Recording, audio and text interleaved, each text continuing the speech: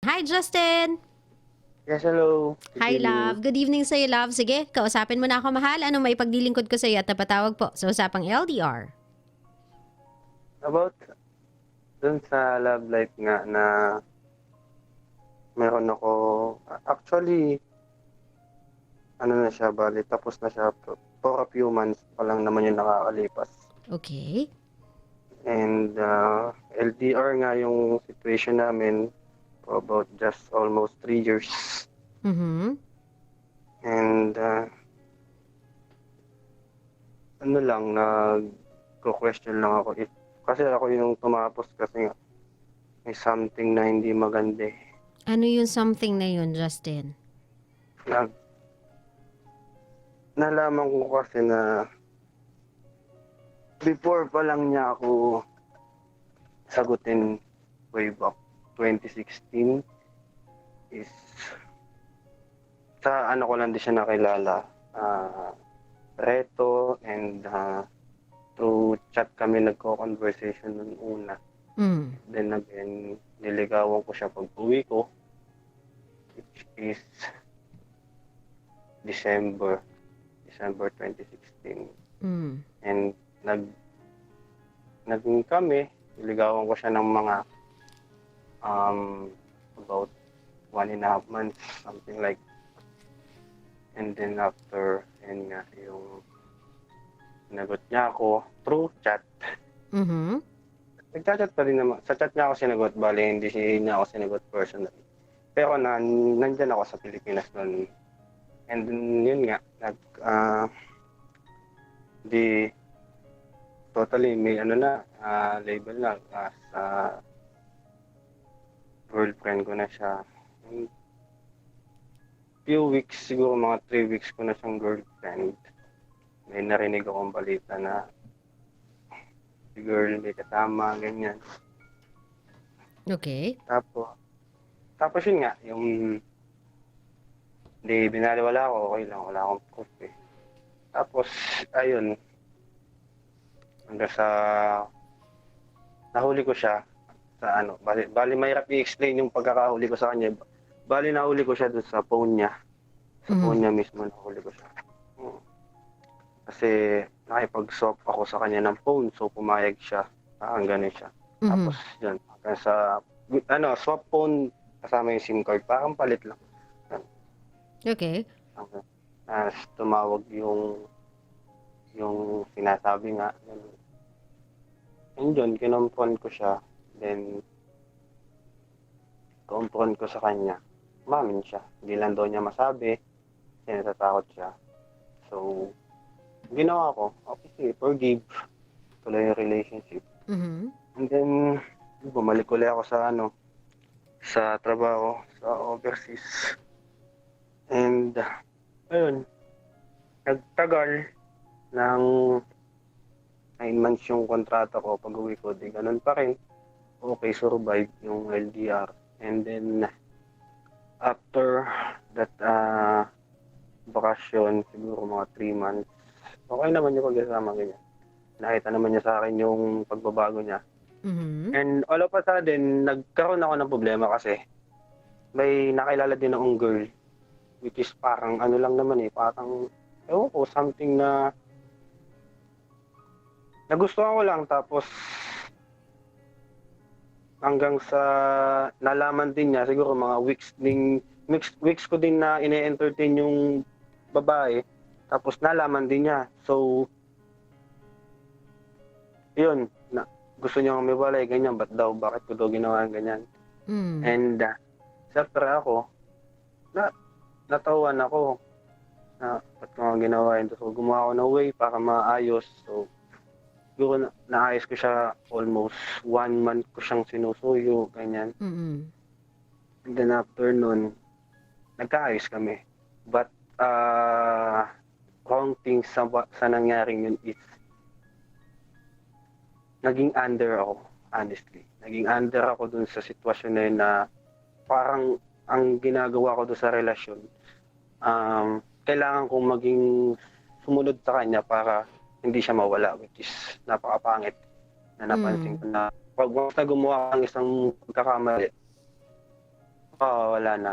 And ayun, ganun lang, umaano lang ako na ito yung tama. Feeling ko ito yung tama para magtagal yung relasyon. And bumalik ulit ako sa trabaho. Another contract na naman, which is 6 months lang yung kontrata ko nun. And after nun, umuwi ako. Tapos, ganun pa rin. Okay pa rin naman yung relasyon. Pero nandun pa rin yung literal na under ka. Which is, ewan ko, parang nabuo sa kanya yung insecurities sa sarili niya na baka makahanap ako ng iba, which is hindi ko na naman ginagawa. Nagkamali ako doon. Siguro weeks lang yun nangyari na yun, pagkakamali ko. Yeah. And then, after ng bakasyon ko, bumalik na uli ako siguro 3 months yung bakasyon ko. Bumalik na uli ako. And ganun pa rin na bale hinuhold ko pa rin yung relationship na magtagal. Kasi nga gusto ko siya, gusto din niya ako. But may mali nangyayari na, which is parang nawalan ako na rights doon sa sarili ko. Everything na, yung karapatan na makakita siya naglalakad kami, makakita siya ng kasalubong namin, which is hindi ko naman tinitingnan. So, makita niya maganda yun. Wala akong kaalam-alam na sasabihin niya ako na tinitignan ko daw yung ganyan-ganyan. Napakalit na bagay, pero napakahirap para sa araw-araw na pagsasama na ganun yung nalang lagi yung nangyayari. True. And yun, bumalik ako sa and ganun pa rin. And even my borders, binigay ko na sa kanya. Wala nang boundaries, wala nang boundaries. What I mean, Wala ng privacy. Wala nang privacy. Everything ng social media accounts ko, binigay ko sa kanya. Surrender surrender everything para walang away. Ang transparency, wala. And even yung post ko, ganito, pina-comment ko, issue pa rin ako. Justin, huwag ka na magalit sa akin, love. Medyo bumabreak ng onti yung boses mo. Robotic kasi siya. Pwede bang balik ka dun sa pwesto mo kung paano tayo nagsimula? Okay, sige. Kung naka tiptoe ka doon, balik ka ng tiptoe. Kasi ang ganda ng signal ka din. Ayan, okay na tayo. Ayun, nakausap ko siya ng maayos and sabi ko sa kanya yung feelings ko na abang buhay ko na lang. Justin, wag ka na uli magalit sa akin. Sorry talaga, te. Breaking pa din talaga yung linya natin. Wait lang. Ayusin ko lang yung connection ko. Lapit ko sa bintana yung cellphone ko. Ayawn. Lapit sa bilit. Ayun nga, yung kinompon ko siya. Sabi ko sa kanya, bakit ganun? Habang buhay ko bang ipuput sa'yo na hindi ko nagagawin yun? Or, kasi nagkamali din naman siya in the first place. Siya yung una nagkamali. So parang napaliktad din yung sitwasyon. Sabi ko sa kanya ganun na hanggang kailan na parang, may relasyon tayo. Tapos tumatagal tayo hanggang ngayon na almost 3 years. Pero yung trust wala na dun. Titiwala ako sa'yo. Kasi sabi ko, nakita ko yung ko.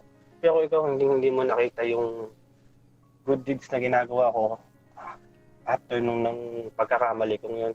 Na parang, di natin masabi, lalaki, minsan may mga ganun dumadating na mahina tayo sa tukso. Sinabi ko sa kanya ganun, pero wala. Parang ang nangyari, nagsalita ako sa hangin na wala. So sige, okay nung isang gabi. Then the next day or the next other day, ganun pa rin. Hindi pa rin nagbabago. So nag-break kayo dahil nanawa ka ng manuyo, nanawa ka ng amuin siya, nanawa ka ng ipacify yung pagsiselos niya at insecurities niyang wala sa lugar. So yun yung dahilan kung ba't nakipag-break ka? Kasi ang hirap din naman magkaroon ng relasyon ng ganun kahit sino. Diba? Okay. So, anong problema ngayon, love? Ngayong break na kayo for 3 months, what seems to be the problem? If ikaw yung nag-give up kasi ayaw mo na ng ganun, parang feeling mo suffocating na for you. Anong problema, mahal? Hindi, ang main reason ko naman doon kung bakit kami nag-break is inamin niya sa akin nung time na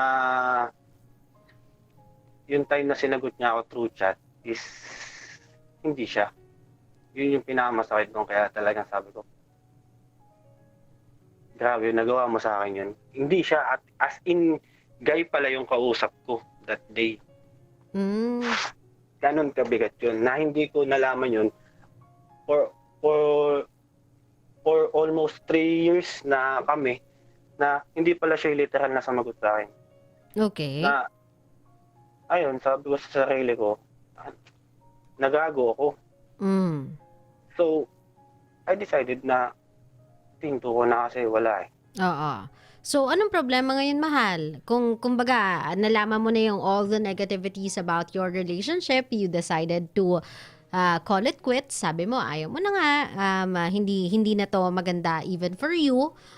First, hindi talaga siya yung sumagot sa'yo. You felt like napagtripan ka or whatsoever. Second, you felt like for the longest time, hindi ka nagkaroon ng free will, hindi ka nagkaroon ng decision of your own sa relationship ninyo kasi lagi ka na lang bumubuntot sa kung ano yung sasabihin niya. Anong problema ngayon, mahal? Anong gusto mo itanong sa akin? Ayun, kung napapaisip ako kung naging tama ba yung desisyon ko para sa sarili ko. Pero magulo lang yung isip ko, ganun na. Mm-hmm. Kasi kung tutuusin naman, nangyari din naman na nakita ko din yung pagmamahal niya. Pero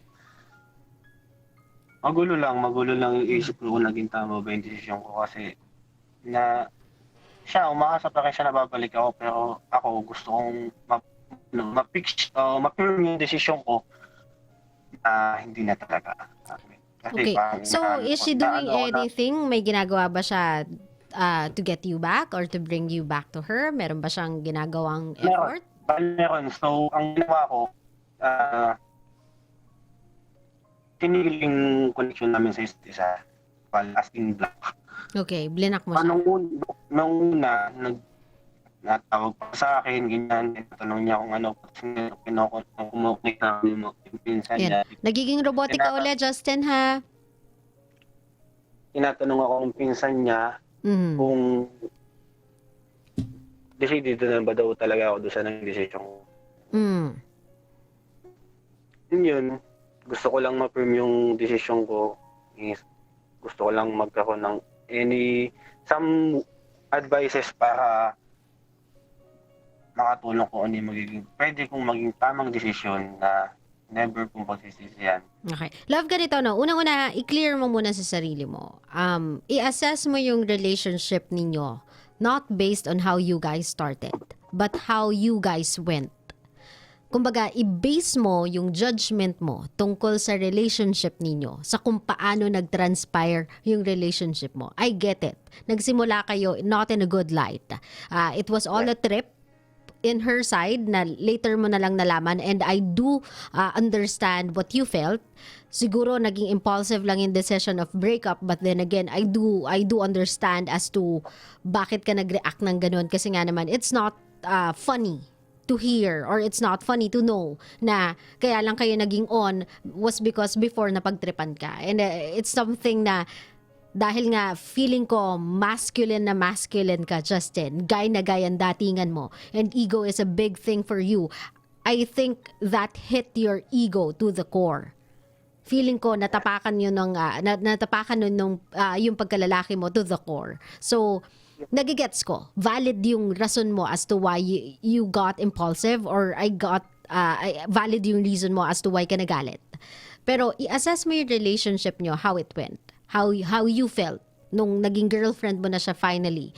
Regardless how you guys started, ano yung naramdaman mo within the relationship? Naramdaman mo ba na it was all a trip to her? Naramdaman mo ba na hindi genuine yung mga pinakita niya sa'yo? Naramdaman mo ba na lahat ng pinakita niya sa'yo peke? If the answer is no, then maybe you guys started in a bad light, but sooner or later, or soon enough than she expected, she really felt love or na-fell in love din talaga siya sa'yo o nahulog din talaga siya sa'yo agad-agad. Not too long after sinagot ka by trip sa chat. Kumbaga, syempre, nakasama ka niya eh. Kumbaga, nakilala ka niya deeper eh. So, sinagot ka man by trip, I'm sure, hindi by trip ang 3 years. Kasi kung trip-trip lang ang 3 years, sa lahat ng bickering ninyo, sa lahat ng away ninyo, she could have just said na, hey, I don't have to go through all of these stress. Kasi trip lang naman din talaga eh. Kung ba't kita ginawa. So, bakit ko stressin yung sarili ko sa loob ng 3 taon just to be with you? Kung stress lang din naman ang inaabot ko. Kung trip-trip lang yan, she could have just let you go sooner sa 3 years. Siguro mga first 6 months pa lang, ayoko na talaga. O kaya first 1 year, ayoko talaga. Hindi. Kumapit siya for 3 years. Whether or not asot pusa kayo nung 3 taon na yun, kinapitan niya yun eh. So you just have to figure out kung ano yung naramdaman mo within that 3 years. I-assess mo kung ano yung naramdaman mo sa relationship ninyo, naramdaman mo mula sa kanya, kung ano yung ipinakita niya sa'yo, doon mo na siya basihan.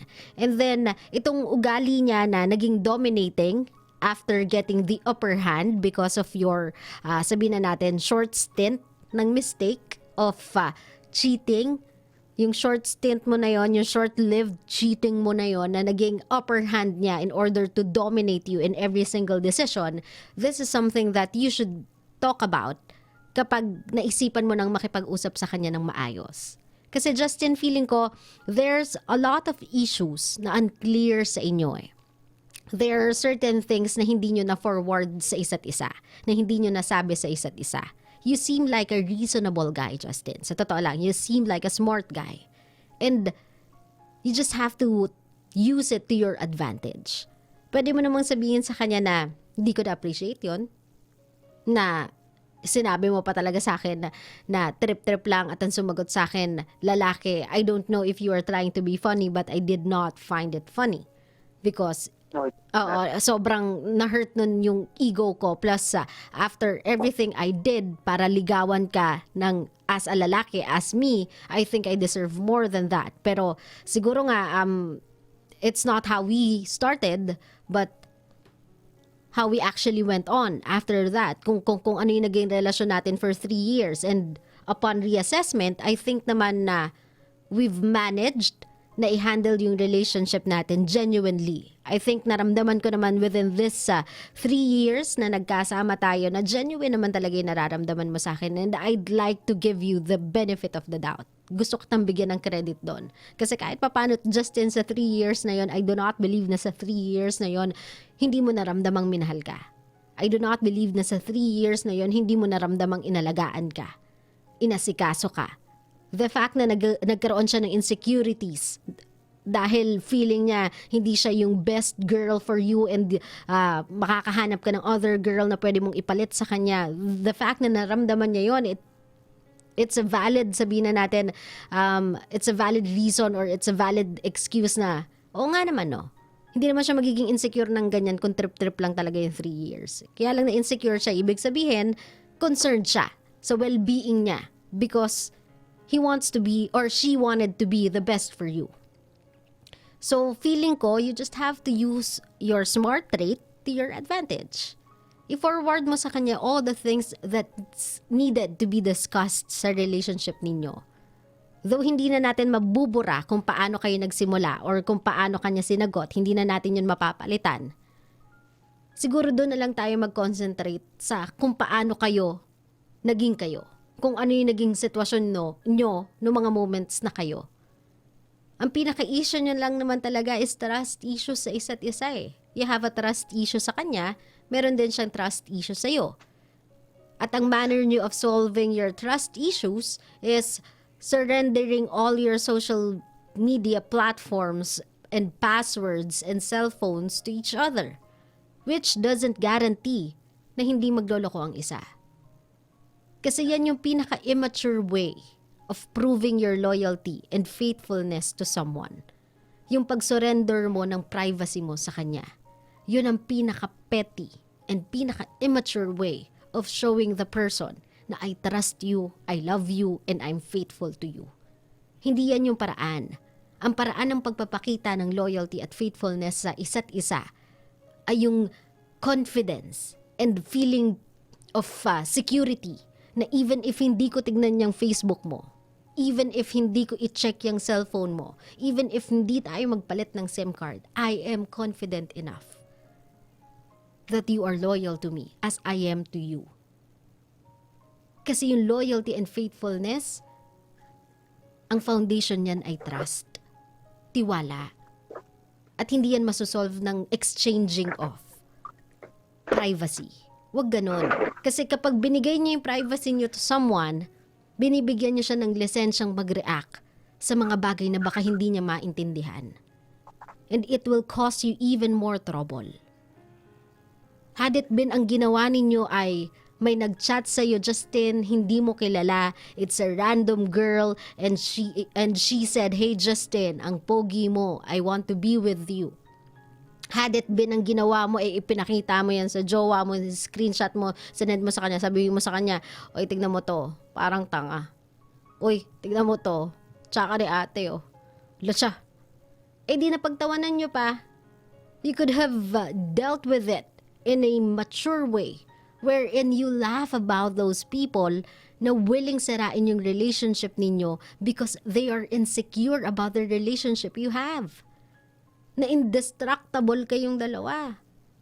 Na wala kayong paniniwala ang iba kung hindi ang isa't isa. Na kapag sinabi ng isa, "I am loyal to you, I am faithful to you, I have no one else but you," the other one would believe in a heartbeat without a doubt. Maniniwala lang yung isa, yun na lang sana yung ginawa ninyo. Justin, it's not about you making the wrong decision na makipag-break sa kanya. Kasi sabi ko nga sa'yo, valid yung ginawa mo kasi valid yung naramdaman mo eh. Now, you have an ample time to think. Is it worth it? Na magtapos ako ng 3-year relationship ko just because hindi nagsimula yung relationship namin the way I wanted to. Kasi ang gusto ko sana siya yung sumagot sa akin nun eh. Pero hindi siya yung sumagot sa akin, trip-trip lang pala yun eh. Pero tumagal kami ng 3 years. So worth it ba? Na i-break mo yung taong mahal mo? At nakarelasyon mo for 3 years? Dahil lang pangit yung naging simula nyo? Love, ganito, no? Like what I've said, i-assess mo yung relationship ninyo the way it has transpired. Kung paano siya tumakbo. Wag mo na muna sigurong isipin kung paano siya nagsimula. Kasi that's something that hindi na natin mababalik. Pero what should be left in you ay yung memories that you've shared. If you felt like yung memories na yon ay genuine, yung memories na yon ay totoo naman at naramdaman mo naman sa puso mo na hindi siya pilit, hindi siya trip, then maybe you can reconsider. Pero this is something that you must know, Justin. You don't have to rush. If you feel like yung forgiveness is not within your reach pa, if you think yung forgiveness ay hindi mo pa kayang ibigay as of the moment and there are still issues na feeling mo you need to resolve sa sarili mo, then do it. Take all the time you need. Mas maganda nang bumalik ka ng ready ka kesa bumalik ka ng marami ka pang i-rebut. Kasi parang babalikan nyo lang where you guys left off, which is yung away moments, not really reconciliation. Nagigets mo ako, mahal? Yes.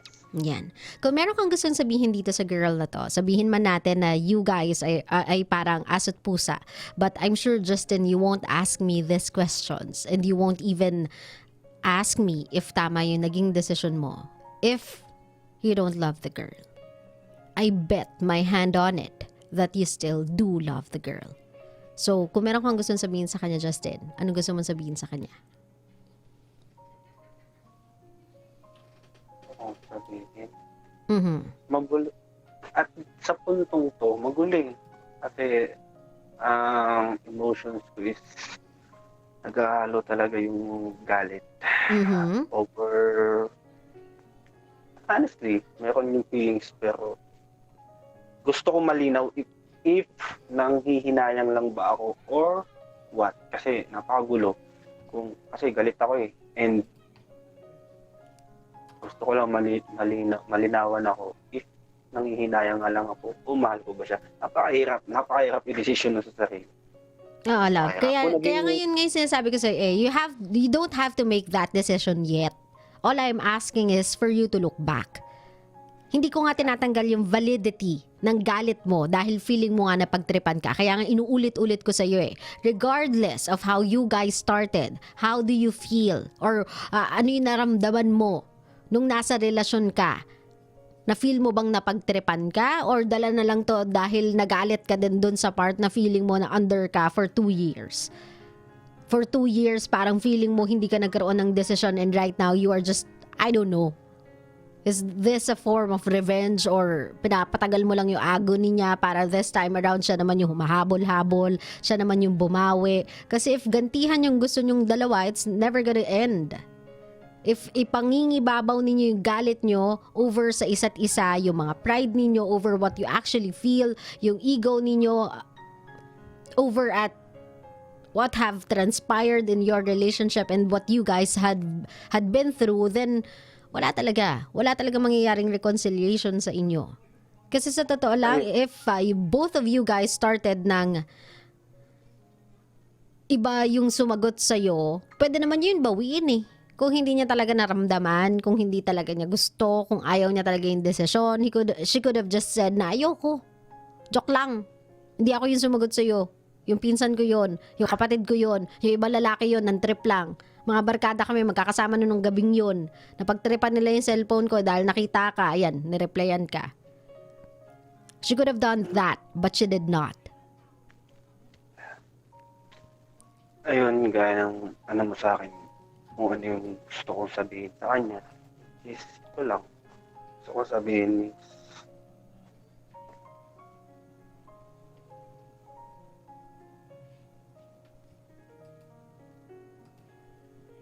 naging totoo naman ako sa kanya. And ramdam ko, honestly, naging totoo siya sa akin. And tignan ko yung sarili ko kung mawawala yung galit. Pero alam ko ang pangit to na galit yung nangingibabaw sa akin. Gusto ko lang maklaro yung sarili ko kung ano ba talaga. Kung kaya ko pa ba kasi.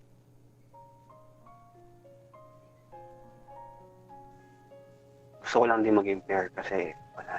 Ayun lang, ang gusto ko lang sabihin na ano man yung maging desisyon ko. Marami din naman ako na ituro sa kanya. Madami din naman ako natutunan sa kanya. Which is napakadami ko natutunan sa kanya. Dun sa mga pinagdaanan namin. At ano yung maging desisyon ko,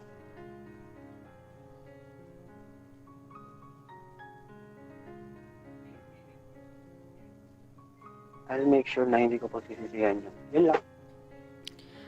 Take all the time you need, Justin. Don't feel like kailangan mong mag-decide ngayon. Kasi kung talaga nga naman kayo para sa isa't isa, kahit naman siguro anong mangyari, kahit gaano katagal ang lumipas, magtatagpo yung landas nyo. Siguro yung panahon ngayon, hindi lang siguro tama. Hindi pa siguro ito yung tama for you guys to be together again. There's just too much to forgive sa magkabilang side. Marami siyang pwedeng ipagpatawad sa'yo, marami ka ding dapat ipagpatawad sa kanya. So parang sa dami ng naging kasalanan ninyo sa isa't isa, I don't think na yung forgiveness is just around the corner. You guys need time to heal, need time to forget, and need time to forgive. So ibigay nyo muna yon sa isa't isa. For now, just stop thinking about the past and just stop counting the past. The best way para makamove on ka doon is to deal with it. Accept na tapos na siya There's nothing more that you can possibly do about it. Wala na din siyang pwedeng magawa tungkol doon. If ang gagawin ninyo ay spend yung everyday para makabawi sa isa't isa, each day will be exhausting, nakakapagod. Ang pagbawi ay nakakapagod. So kung ako sa inyo, just learn how to accept na there are certain things in life na hindi nyo na maibabalik pa. Hindi nyo na din matatabunan pa. So in order for you guys to be okay with it, you just have to make new memories para makalimutan sila. Best memories na mangingibabaw over doon sa mga bad memories na na-experience nyo sa isa't isa. Whether it's together or apart. Okay? Yes, thank you. Maraming salamat, Justin, ha, for calling my show, and ingat ka lagi, love, okay? Yes, okay. Thank you. Salamat. Ito yung mga masasabi natin, kabisyo, na even if we want to, even if the feeling is there, kung masyado nang sabihin na natin maraming lamat, yung konting kantina lang, konting sagi na lang talaga, bababasag din talaga siya eventually, mawawarak din talaga siya kahit anong ingat mo. You guys need time to heal. Huwag niyong bigyan ng limit or huwag niyong bigyan ng expiration date yung sarili niyo when it comes to forgiveness. Huwag niyong madaliin. Let it come naturally. Let yourself feel it na, yeah, I'm ready to forgive. Kasi mararamdaman niyo yan eh, that you are ready to forgive when you are now ready to forget. Forget that it happened. Ang ititira mo na lang yung lessons you've learned about it. Kapag ready ka nang hindi siya i-bring up every time na magkakaroon kayo ng issue sa isa't isa, every time na magkakaroon kayo ng argument, every time na magkakaroon kayo ng sagutan, kung ramdam nyo sa sarili ninyo na nandun na kayo sa punto na hindi nyo na yun i-bring up sa isa't isa ever again, then maybe you guys nga are ready na to reconcile. Then maybe you guys nga are ready na to forgive each other and give love another try. Pero if you feel like every day is a bawi day for the both of you, babawi ka sa kanya, babawi siya sa'yo, babawi ka sa kanya, babawi siya sa'yo, gagawa ka ng kasalanan, babawi ka ulit, gagawa siya ng kasalanan, babawi siya ulit, it's gonna be tiring and exhausting, and you guys won't feel the genuine na pakikitungo ng isa't isa sa isa't isa. Kasi alam niyo yan guys kapag bumabawi ka, you are putting your best foot forward Parang every day is a special day. Or every day you make sure that it is a special day. Kasi alam mong bumabawi ka Alam mong nagpapabango ka ng pangalan Parang ano yan, employee sa boss. Kapag napagalitan, kinabukasan, ay grabe, efficient. Wala pang hinihinging ganito, meron ka ng ganyan. Wala pa mang out, tapos na lahat ng trabaho mo, on time na, gumagawa ka ng trabaho para sa kinabukasan. Ganyan tayo di ba? We perform kapag nasisilip tayo ng sobra.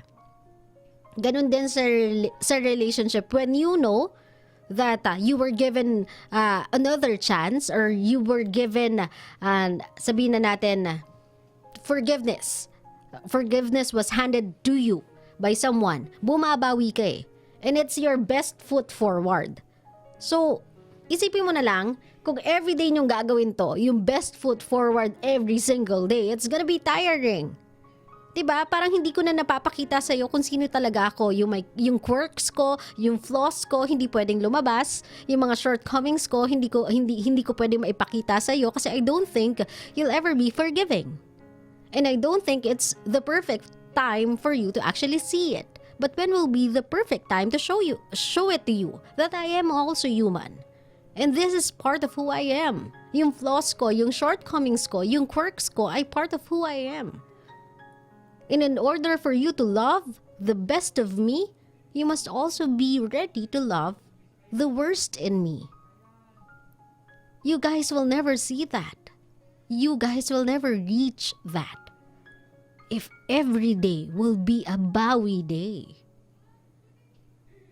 Kaya sa mga kabisyo natin, if you don't think na you can ever forgive someone, if you don't think na you can ever forget whatever yung nangyari sa inyo nung nakaraan, then take time. Take time to talk to yourself up until you're ready to try it again. And if both of you are, then maybe it's time to give love another try.